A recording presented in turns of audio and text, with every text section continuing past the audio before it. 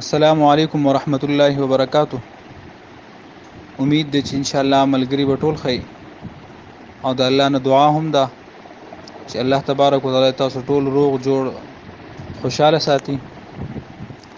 پرونه سبق تاسو به اوریدلی چې باغې کې ما تاسو په وړاندې د وحی متعلق یو څو خبرې کړې وې. یعنی د وحی معنی وا چې وحی څه ته ویل کېږي.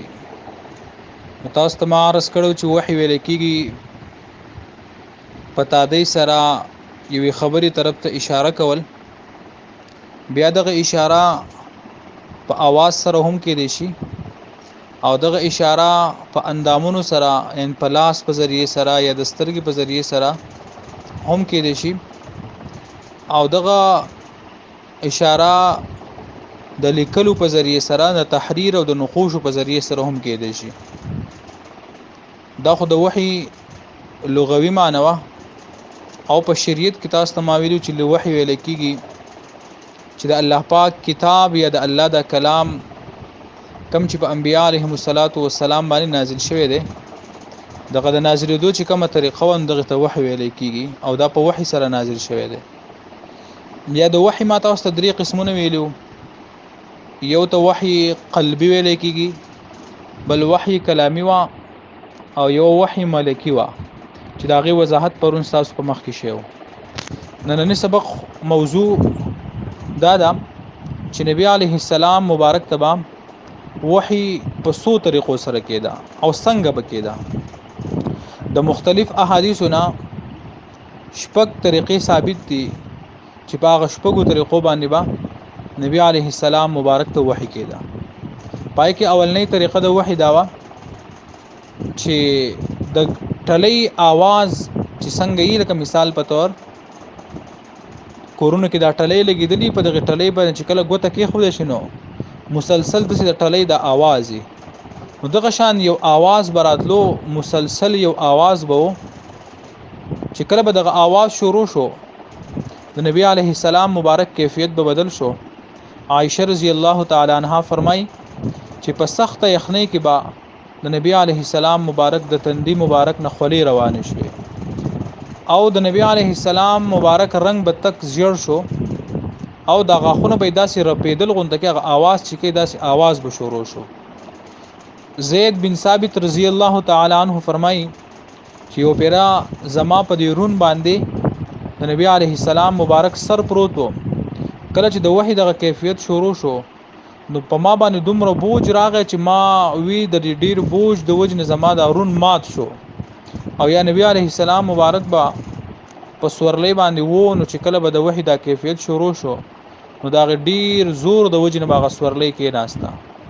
دا د وحی طریقه ډیره سخته وا چې نبی علیه السلام مبارک فرمایي چې کله دا کیفیت شروع شي ما ته دا ښکاری کې لکه زمانه چې دا روح سوک راکاږي او روح میوزي.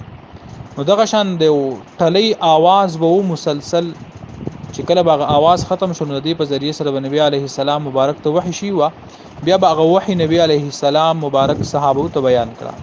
یو طریقه. دویمه طریقه د وحی داوا چې جبرئیل علیه السلام په خپل اصل شکل کې راغی او په ټوله ژوندۍ کې په خپل اصل شکل کې نبی علیه السلام مبارک ته دوا یا درې زره جبرئیل علیه السلام راغله د وحی نبی علیه السلام ته په خپل اصل شکل کې کړی دا.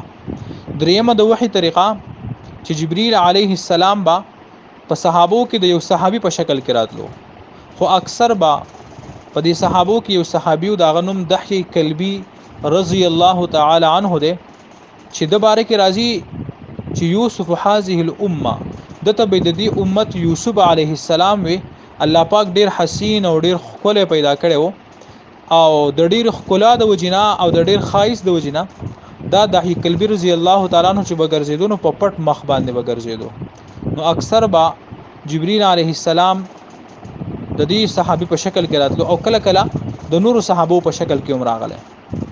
دریشوي سلورمه طریقه د وحی داوا چې الله پاک د خپل پیغمبر سره براه راست کلام کړي، لکه د معراج په موخه باندې چې نبی علیه السلام مبارک معراج تلون د الله سره براه راست داسې هم کلامی کړي دا. دا سلورمه طریقه. پنځمه طریقه د وحی داوا چې جبرئیل علیه السلام باندې په خپل اصل شکل کې راتلو، نه با د انسان په شکل کې راتلو، بلکې د نبی علیه السلام مبارک پړه کې به خبره واچوله. هغه خبره به نبی علیه السلام مبارک بیا خلکو ته بیان کړه چې جبرئیل زما پړه کې داسې خبره واچوله. او شپږمه د وحی طریقه هغه داوا چې عائشه رضی الله تعالی عنها فرمای چې د نبی علیه السلام د وحی ابتدا پرشتونو خوبونو سره شوی چې نبی علیه السلام مبارک به د شپې خوب ولیدو او کم خوب چې ورته نو د ورځ به اق شانتکار شو کم کار چې نبی علیه السلام مبارک په خوب کې لیدلو. نو د وحی د شپږ طریقې وي. یو پیری بیا تاسو په مخ کې اجمالاً ویم چې ټول اولنۍ طریقه د وحی داوا چې د ګنټ د ټلې आवाज به مسلسل راتلو نبی علیه السلام ته. دویمه د وحی طریقه چې جبرئیل علیه السلام په خپل اصل شکل کې براتلو. دریمه د وحی طریقه چې جبرئیل علیه السلام د یو صحابي په شکل کې براتلو. سلورم چې د الله پاک سره براه راست هم کلامی کول. بنظم د نبی علیه السلام پړه کې خبر اچول او شپږم رښتونی خوبونه لیدل. نو په دې شپږو طریقو سره به نبی علیه السلام مبارک ته وحی کېده. نو دا کم خبره چې بیان شوې دا واوري او یاد هم ساتي. یقینا د قران متعلق ډېر اهم خبرې دي او چې کله دا خبرې زموږ یادي نو معاشره کې به هم موږ د قران متعلق خلکو ته خبرې کولې شو، د قران په موضوع باندې به خلکو ته ویلې شو.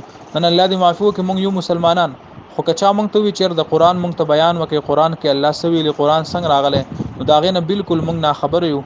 نو کوشش کوو دا کم سبق چې ویل شي په خپل باندې هم اورو او خپل ملګرو ته هم لیګو د دې لپاره چې چاته تاسو ورېګو هغه واورې دغه په عمل کې سرالو دغه اجر ثواب به هم تاسو ته ملایويږي. نو په خپل باندې ټول اول کوشش کوئ چې کم سبق ویل شي په صحیح طریقې سره د اوریدو کوشش کوئ او کبیا تاسو په نه شي په سزا کې داغي باره کې زمانہ پرسنل کې هم تاسو کولای شي او کدا سي نوې ملګری راغلي چې هغه ته د زاړه سبقونه د کم بدري شي نه شي نه تلی نه نه اوریدلی که څوک اوریدل غواړي ما سره رابطه وکړي پرسنل کې زه به ان شاء الله درولېږم. جزاک الله خیر.